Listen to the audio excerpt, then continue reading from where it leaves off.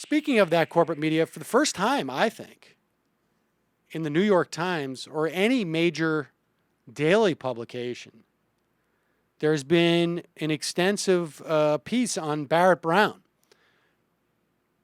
Those of you who listened to the audio we had of the fundraiser that I emceed for Barrett Brown and Jeremy Hammond a couple of weeks ago, hopefully know about Barrett Brown now. He is a journalist who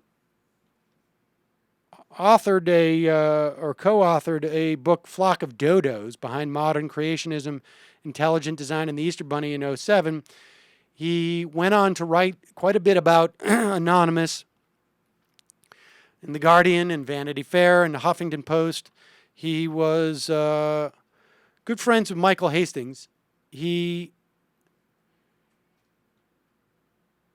Sometime, I think it was back in 2012 or 2011, he started something called Project PM, which was dedicated to reporting on the national security establishment. Back in 2011, Barrett Brown posted a link to the emails that were hacked from Stratfor Global Intelligence. They were hacked by Anonymous. They were posted on WikiLeaks. Barrett Brown posted a link. Frankly, I don't even know that we didn't do that. Oh, for sure. For sure. We look back and see. He posted a link in a chat room for Project PM. I might not have. I don't know. I don't remember. I mean, I don't know at the time we did or didn't. I mean, regardless of whether we did or not, I doubt he was the only one. I doubt it. He was charged with 12 counts related to identity theft because apparently in those links, in the hacked emails, were credit card numbers of people who, I guess, were clients of Stratfor Global Intelligence, maybe got their newsletter.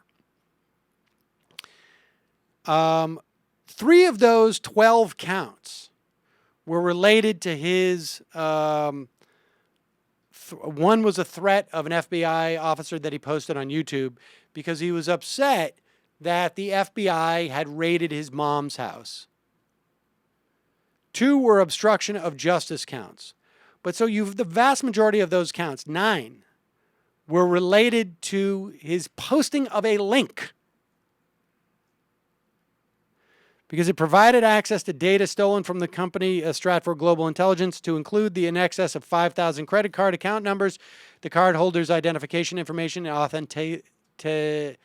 authentication. I can't say that word. Features for the credit cards. Authentication. Thank you. Authentication.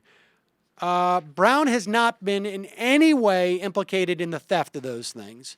And David Carr in the New York Times rightly draws a parallel that journalists from other news organizations link to stolen information frequently. He said last week, the New York Times, The Guardian, and ProPublica collaborated on a significant article about the national security efforts to defeat encryption technologies. The article was based on and linked to documents that were stolen by Edward Snowden. So this guy is now in jail facing up to 105 years. There is a gag order on him from talking about his case while in prison. And what's also stunning and good for, and I guess Ed Pilkington wrote about this in The Guardian as well last week, but it's stunning, the silence from journalists about this. It's just stunning. And, it follows a similar template with Edward Snowden and frankly with Bradley Manning as well. Journalists have no problem using this information. They have no problem writing about the information that was found by these leakers. In this case, Barrett Brown has not been accused of doing anything like leaking. All he did was link to stolen documents that were posted on WikiLeaks. We know from the Bradley Manning trial that the government does not perceive a difference, supposedly, between WikiLeaks and the New York Times in terms of the publication of these materials. And this guy was he certainly had bona fides that would constitute the fact that he's a journalist. It's just quite stunning that we don't hear more of an outcry from the journalism profession.